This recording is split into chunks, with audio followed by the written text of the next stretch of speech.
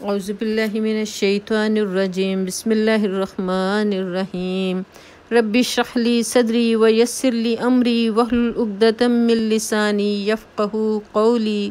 السلام علیکم ورحمۃ اللہ وبرکاتہ۔ آج ہم سورہ بقرہ کا چوتھا رکوع شروع کرتے ہیں۔ بسم اللہ الرحمن الرحیم۔ وَإِذْ قَالَ رَبُّكَ لِلْمَلَائِكَةِ إِنِّي جَاعِلٌ فِي الْأَرْضِ خلیفہ۔ پھر ذرا اس وقت کا تصور کرو جب تمہارے رب نے فرشتوں سے کہا تھا کہ میں زمین میں ایک خلیفہ بنانے والا ہوں۔ تیسرے رکوع میں بندگی رب کی دعوت اس بنیاد پر دی گئی تھی کہ وہ تمہارا خالق ہے، پروردگار ہے، اور اسی کی قبضہ قدرت میں تمہاری زندگی موت ہے، اور جس کائنات میں تم رہتے ہو اس کا مالک بھی وہی ہے، لہٰذا اس کی بندگی کے سوا تمہارے لیے اور کوئی دوسرا طریقہ صحیح نہیں ہو سکتا۔ اب اس رکوع میں وہی دعوت اس بنیاد پر دی جا رہی ہے کہ اس دنیا میں تم کو خدا نے اپنا خلیفہ بنایا ہے۔ خلیفہ ہونے کی حیثیت سے تمہارا فرض صرف اتنا نہیں کہ اس کی بندگی کرو، بلکہ یہ بھی ہے کہ اس کی بھیجی ہوئی ہدایت کے مطابق کام کرو۔ اگر تم نے ایسا نہ کیا اور اپنے ازلی دشمن شیطان کے اشاروں پر چلے تو بدترین بغاوت کے مجرم ہوگے اور بدترین انجام دیکھو گے۔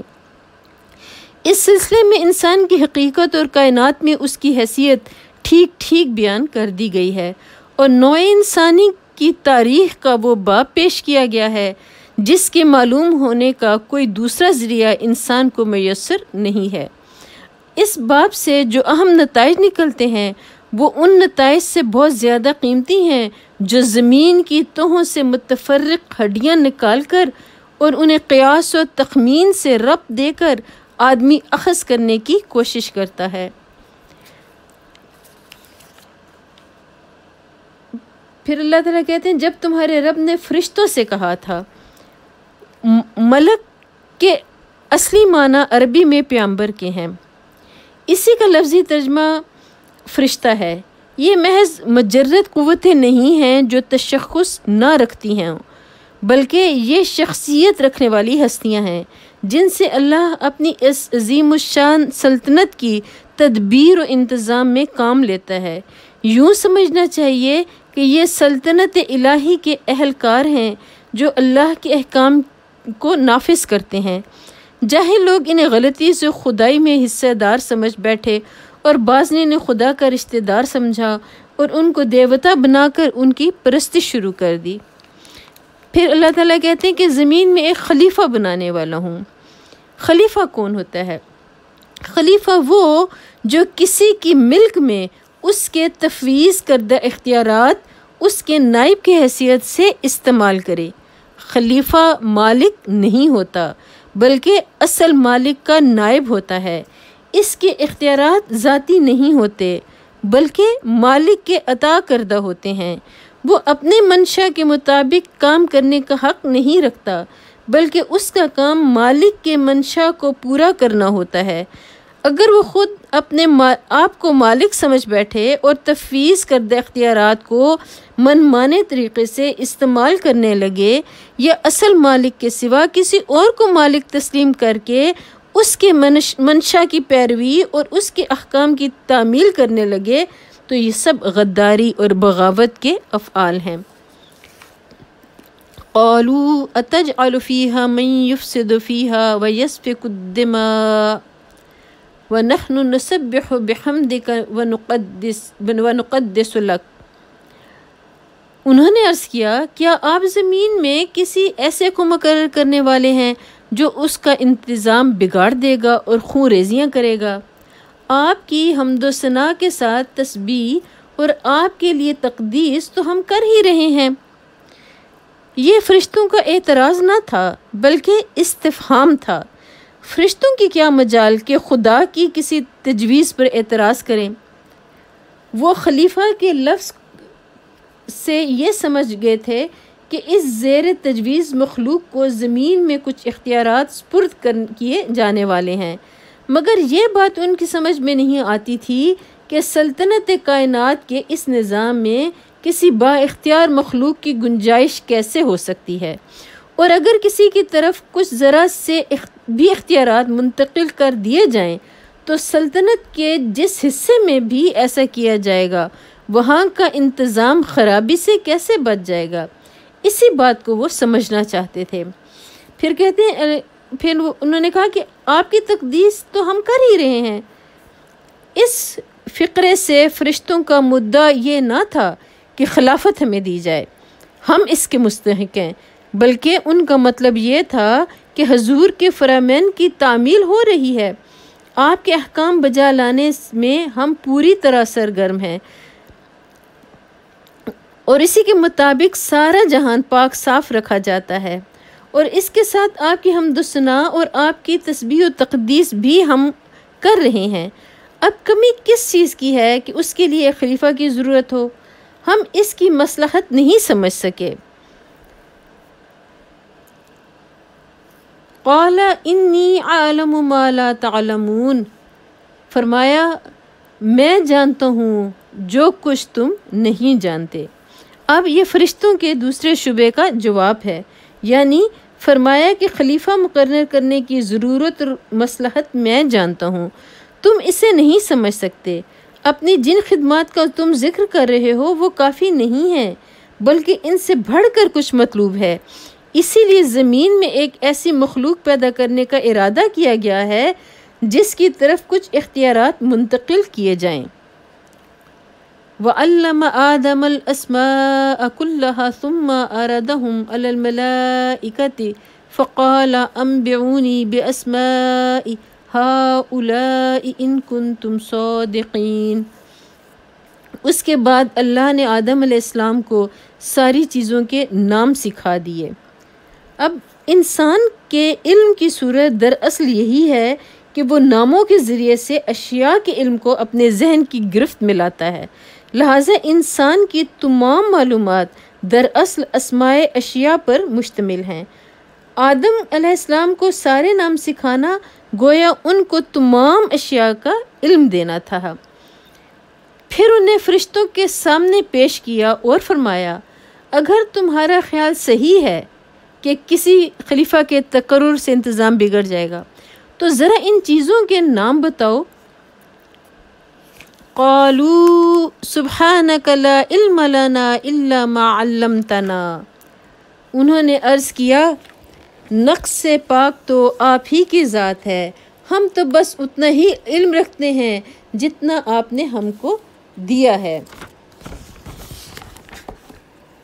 ایسا معلوم ہوتا ہے کہ ہر فرشتے اور فرشتوں کی ہر صنف کا علم صرف اسی شعبے تک محدود ہے جس سے اس کا تعلق ہے۔ مثلاً ہوا کے انتظام سے جو فرشتے متعلق ہیں وہ ہوا کے متعلق سب کچھ جانتے ہیں مگر پانی کے متعلق کچھ نہیں جانتے۔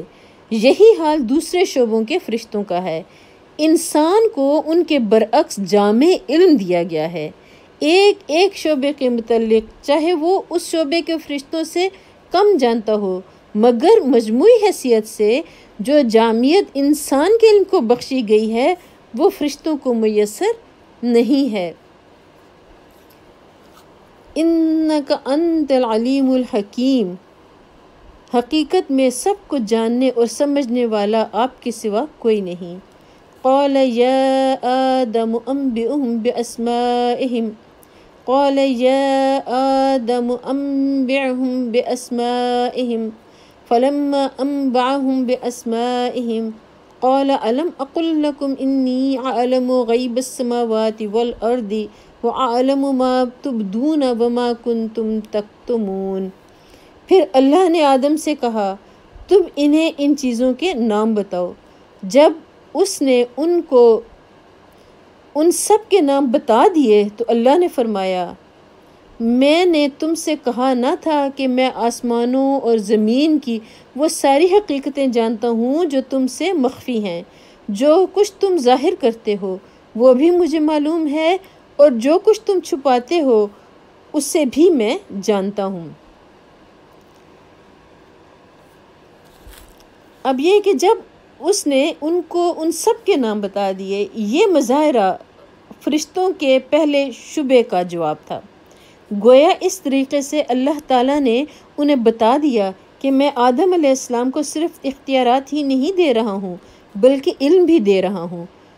اس کے تقرر سے فساد کا جو اندیشہ تمہیں ہوا ہے وہ اس معاملے کا صرف ایک پہلو ہے، دوسرا پہلو اصلاح کا بھی ہے، اور وہ فساد کے پہلو سے زیادہ وزنی اور زیادہ بیش قیمت ہے۔ حکیم کا یہ کام نہیں ہے کہ چھوٹی خرابی کی وجہ سے بڑی بہتری کو نظر انداز کر دے۔ وَإِذْ قُلْنَا لِلْمَلَائِكَةِ اسْجُدُوا لِآدَمَ فَسَجَدُوا إِلَّا إِبْلِيسَ، پھر جب ہم نے فرشتوں کو حکم دیا کہ آدم کے آگے جھک جاؤ تو سب جھک گئے۔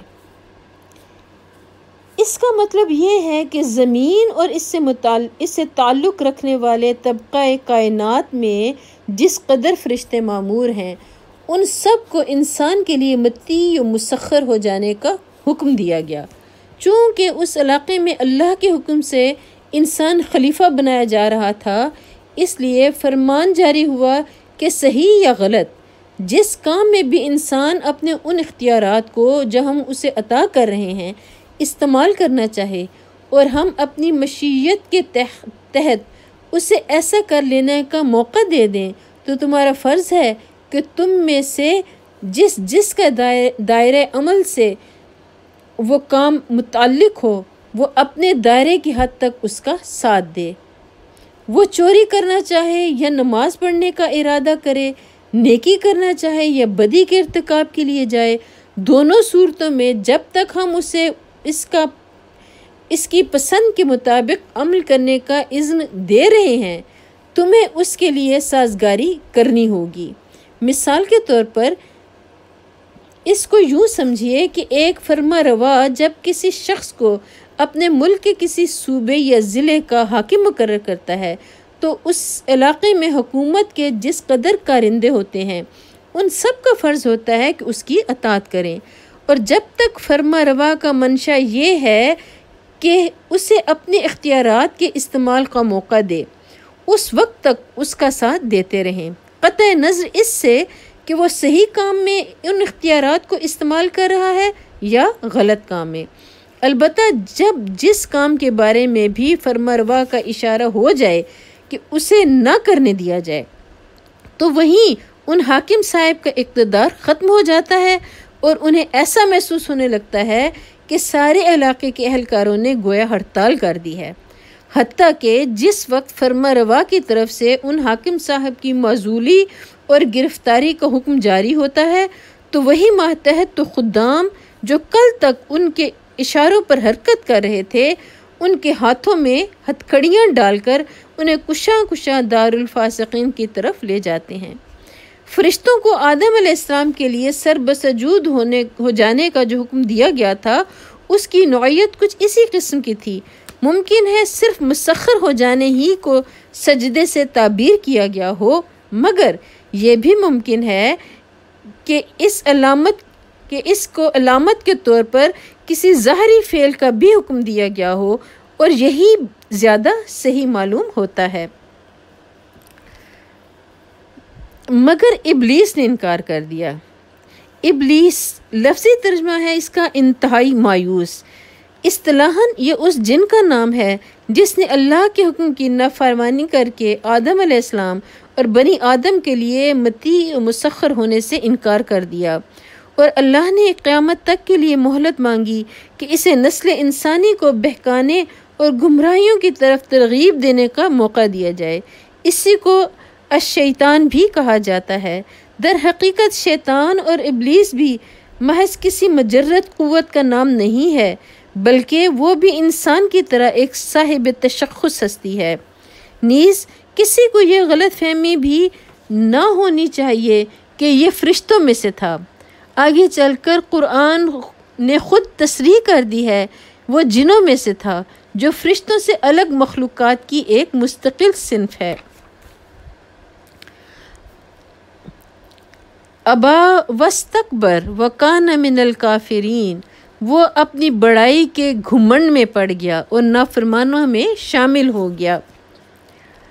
ان الفاظ سے ایسا معلوم ہوتا ہے کہ غالباً ابلیس سجدے سے انکار کرنے میں اکیلا نہ تھا، بلکہ جنوں کی ایک جماعت نافرمانی پر آمادہ ہو گئی تھی، اور ابلیس کا نام صرف اس لیے لیا گیا ہے کہ وہ ان کا سردار اور اس بغاوت میں پیش تھا۔ لیکن اس آیت کا دوسرا ترجمہ یہ بھی ہو سکتا ہے کہ وہ کافروں میں سے تھا۔ اس صورت میں مطلب یہ ہوگا کہ جنوں کی ایک جماعت پہلے سے ایسی موجود تھی جو سرکش نافرمان تھی، اور ابلیس کا تعلق اسی جماعت سے تھا۔ قرآن میں بالعموم شیاطین کا لفظ انہی جنوں اور ان کی نسل کے لیے استعمال ہوا ہے، اور جہاں شیاطین سے انسان مراد لینے کے لیے کوئی قرینہ نہ ہو وہاں یہی شیاطین جن مراد ہوتے ہیں۔ وَقُلْنَا يَا آدَمُ اسْكُنْ أَنْتَ وَزَوْجُكَ الْجَنَّةَ وَكُلَا مِنْهَا رَغَدًا حَيْثُ شِئْتُمَا وَقُلْنَا يَا آدَمُ اسْكُنْ أَنْتَ وَزَوْجُكَ الْجَنَّةَ، پھر ہم نے آدم سے کہا تم اور تمہاری بیوی دونوں جنت میں رہو۔ وَكُلَا مِنْهَا رَغَدًا حَيْثُ شِئْتُمَا، اور یہاں بفراغت جو چاہو کھاؤ۔ وَلَا تَقْرَبَا هَٰذِهِ الشَّجَرَةَ فَتَكُونَ مِنَ الظَّالِمِينَ، مگر اس درخت کا رخ نہ کرنا ورنہ ظالموں میں سے شمار ہوگے۔ اس سے معلوم ہوتا ہے کہ زمین یعنی اپنی جائے تقرر پر خلیفہ کی حیثیت سے بھیجے جانے سے پہلے ان دونوں کو امتحان کی غرض سے جنت میں رکھا گیا تھا تاکہ ان کے رجحانات کی آزمائش ہو جائے۔ اس آزمائش کے لیے ایک درخت کو چن لیا گیا اور حکم دیا گیا کہ اس کے قریب نہ پھٹکنا، اور اس کا انجام بھی بتا دیا گیا کہ ایسا کرو گے تو ہماری نگاہ میں ظالم قرار پاؤ گے۔ یہ بحث غیر ضروری ہے کہ وہ درخت کون سا تھا اور اس میں کیا خاص بات تھی کہ اس سے منع کیا گیا۔ منع کرنے کی وجہ یہ نہ تھی کہ اس درخت کی خاصیت میں کوئی خرابی تھی اور اس سے آدم و حوا کو نقصان پہنچنے کا خطرہ تھا۔ اصل غرض اس بات کی آزمائش تھی کہ یہ شیطان کی ترغیبات کے مقابلے میں کس حد تک حکم کی پیروی پر قائم رہتے ہیں۔ اس مقصد کے لیے کسی ایک چیز کا منتخب کر لینا کافی تھا، اسی لیے اللہ تعالیٰ نے درخت کے نام اور اس کی خاصیت کا کوئی ذکر نہیں فرمایا۔ اس امتحان کے لیے جنت ہی کا مقام سب سے زیادہ موزوں تھا۔ دراصل اسے امتحان گاہ بنانے کا مقصود یہ حقیقت انسان کے ذہن نشین کرنا تھا کہ تمہارے لیے تمہارے مرتبہ انسانیت کے لحاظ سے جنت ہی لائق و مناسب مقام ہے، لیکن شیطانی ترغیبات کے مقابلے میں اگر تم اللہ کی فرما برداری کے راستے سے منحرف ہو جاؤ گے تو جس طرح ابتدا میں اس سے محروم کیے گئے تھے اسی طرح آخر میں بھی محروم ہی رہو گے۔ اپنے اس مقام لائق کی، اپنی اس فردوس سے گم گشتہ کی بازیافت تم صرف اسی طرح کر سکتے ہو کہ اپنے اس دشمن کا کامیابی سے مقابلہ کرو جو تمہیں فرما برداری کے راستے سے ہٹانے کی کوشش کرتا ہے۔ پھر کہا کہ ورنہ ظالموں میں شمار ہوگے۔ ظالم کا لفظ نہایت معنی خیز ہے۔ ظلم دراصل حق تلفی کو کہتے ہیں۔ ظالم وہ ہے جو کسی کا حق تلف کرے۔ جو شخص خدا کی نافرمانی کرتا ہے وہ در حقیقت 3 بڑے بنیادی حقوق تلف کرتا ہے۔ اولاً خدا کا حق، کیونکہ وہ اس کا مستحق ہے کہ اس کی فرما برداری کی جائے۔ ثانیاً ان تمام چیزوں کے حقوق جن کو اس نے اس نافرمانی کے ارتکاب میں استعمال کیا، اس کے اعضائے جسمانی، اس کے قوائے نفس، اس کے ہم معاشرت انسان، وہ فرشتے جو اس کے ارادے کی تکمیل کا انتظام کرتے ہیں، اور وہ اشیاء جو اس کام میں استعمال ہوتی ہیں، ان سب کا اس پر یہ حق تھا کہ وہ صرف ان کے مالک ہی کی مرضی کے مطابق ان پر اپنے اختیارات استعمال کرے، مگر جب اس کی مرضی کے خلاف اس نے ان پر اختیارات استعمال کیے تو در حقیقت ان پر ظلم کیا۔ یعنی مرضی کے خلاف جب ان پر استعمال کیا حق تو ان پر ظلم ہوا۔ ثالثاً خود اپنا حق، کیونکہ اس پر اس کی ذات کا یہ حق ہے کہ وہ اسے تباہی سے بچائے، مگر نافرمانی کر کے جب وہ اپنے آپ کو اللہ کی سزا کا مستحق بناتا ہے تو دراصل اپنی ذات پر ظلم کرتا ہے۔ انہی وجوہ سے قرآن میں جگہ جگہ گناہ کے لیے ظلم اور گناہ گار کے لیے ظالم کی اصطلاح استعمال کی گئی ہے۔ فَأَزَلَّهُمَا الشَّيْطَانُ عَنْهَا فَأَخْرَجَهُمَا مِمَّا كَانَ فِيهِ وَقُلْنَا اهْبِطُوا بَعْضُكُمْ لِبَعْضٍ عَدُوٌّ وَلَكُمْ فِي الْأَرْضِ مُسْتَقَرٌّ وَمَتَاعٌ إِلَىٰ حِينٍ۔ آخر کار شیطان نے ان دونوں کو اس درخت کی ترغیب دے کر ہمارے حکم کی پیروی سے ہٹا دیا اور انہیں اس حالت سے نکلوا کر چھوڑا جس میں وہ تھے۔ ہم نے حکم دیا کہ اب تم سب یہاں سے اتر جاؤ، تم ایک دوسرے کے دشمن ہو اور تمہیں ایک خاص وقت زمین میں ٹھہرنا اور وہیں گزر بسر کرنا ہے۔ یعنی انسان کا دشمن شیطان اور شیطان کا دشمن انسان۔ شیطان کا دشمن انسان ہونا تو ظاہر ہے کہ وہ اسے اللہ کی فرما برداری کے راستے سے ہٹانے اور تباہی میں ڈالنے کی کوشش کرتا ہے۔ رہا انسان کا دشمن شیطان ہونا تو فی الواقع انسانیت تو اس سے دشمنی ہی کی مقتضی ہے، مگر خواہشات نفس کے لیے جو ترغیبات وہ پیش کرتا ہے ان سے دھوکہ کھا کر آدمی اسے اپنا دوست بنا لیتا ہے۔ اس طرح کی دوستی کے معنی یہ نہیں ہے کہ حقیقتاً دشمنی دوستی میں تبدیل ہوگی، بلکہ اس کے معنی یہ ہیں کہ ایک دشمن دوسرے دشمن سے شکست کھا گیا اور اس کے جال میں پھنس گیا۔ فَتَلَقَّى آدَمُ مِن رَبِّهِ كَلِمَاتٍ فَتَابَ عَلَيْهِ۔ اس وقت آدم نے اپنے رب سے چند کلمات سیکھ کر توبہ کر لی جس کو اس کے رب نے قبول کر لیا۔ یعنی آدم علیہ السلام کو جب اپنے قصور کا احساس ہوا اور انہوں نے نافرمانی سے پھر فرما برداری کی طرف رجوع کرنا چاہا اور ان کے دل میں یہ خواہش پیدا ہوئی کہ اپنے رب سے اپنی خطا معاف کرائیں، تو انہیں وہ الفاظ نہ ملتے تھے جن کے ساتھ وہ خطا بخشی کے لیے دعا کر سکتے۔ اللہ نے ان کے حال پر رحم فرما کر وہ الفاظ بتا دیے۔ توبہ کے اصل معنی رجوع کرنے اور پلٹنے کے ہیں۔ بندے کی طرف سے توبہ کے معنی یہ ہیں کہ وہ سرکشی سے باز آ گیا، طریقے بندگی کی طرف پلٹ آیا، اور خدا کی طرف سے توبہ کے معنی یہ ہیں کہ وہ اپنے شرمسار غلام کی طرف رحمت کے ساتھ متوجہ ہو گیا، پھر سے نظر عنایت اس کی طرف مائل ہو گئی۔ انہ هو التواب الرحیم، کیونکہ وہ بڑا معاف کرنے والا اور رحم فرمانے والا ہے۔ قرآن اس نظریے کی تردید کرتا ہے کہ گناہ کے نتائج لازمی ہیں اور وہ بہرحال انسان کو بھگتنے ہی ہوں گے۔ یہ انسان کے اپنے خود ساختہ گمراہ کن نظریات میں سے ایک بڑا گمراہ کن نظریہ ہے، کیونکہ جو شخص ایک مرتبہ گناہ گارانہ زندگی میں مبتلا ہو گیا اس کو یہ نظریہ ہمیشہ کے لیے مایوس کر دیتا ہے، اور اگر اپنی غلطی پر متنبہ ہونے کے بعد وہ سابق کی تلافی اور آئندہ کے لیے اصلاح کرنا چاہے تو یہ اس سے کہتا ہے کہ تیرے بچنے کی اب کوئی امید نہیں، جو کچھ تو کر چکا ہے اس کے نتائج بہرحال تیری جان کو لاگو ہی رہیں گے۔ قرآن اس کے برعکس یہ بتاتا ہے کہ بھلائی کی جزا اور برائی کی سزا دینا بالکل اللہ کے اختیار میں ہے۔ تمہیں جس بھلائی پر انعام ملتا ہے وہ تمہاری بھلائی کا طبعی نتیجہ نہیں ہے بلکہ اللہ کا فضل ہے، چاہے عنایت فرمائے چاہے نہ فرمائے۔ اسی طرح جس برائی پر تمہیں سزا ملتی ہے وہ بھی برائی کا طبعی نتیجہ نہیں ہے کہ لازماً مترتب ہو کر ہی رہے، بلکہ اللہ پورا اختیار رکھتا ہے کہ چاہے معاف کرے اور چاہے سزا دے۔ البتہ اللہ کا فضل اور اس کی رحمت اس کی حکمت کے ساتھ ہم رشتہ ہے۔ وہ چونکہ حکیم ہے اس لیے اپنے اختیارات کو اندھا دھند استعمال نہیں کرتا۔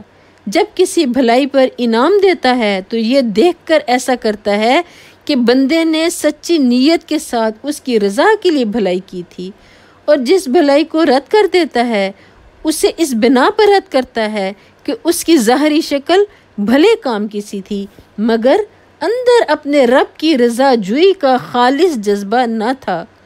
اسی طرح وہ سزا اس قصور پر دیتا ہے جو باغیانہ جسارت کے ساتھ کیا جائے اور جس کے پیچھے شرمساری کے بجائے مزید ارتکاب جرم کی خواہش ہو، اور اپنی رحمت سے معافی اس قصور پر دیتا ہے جس کے بعد بندہ اپنے کیے پر شرمندہ اور آئندہ کے لیے اپنی اصلاح پر آمادہ ہو۔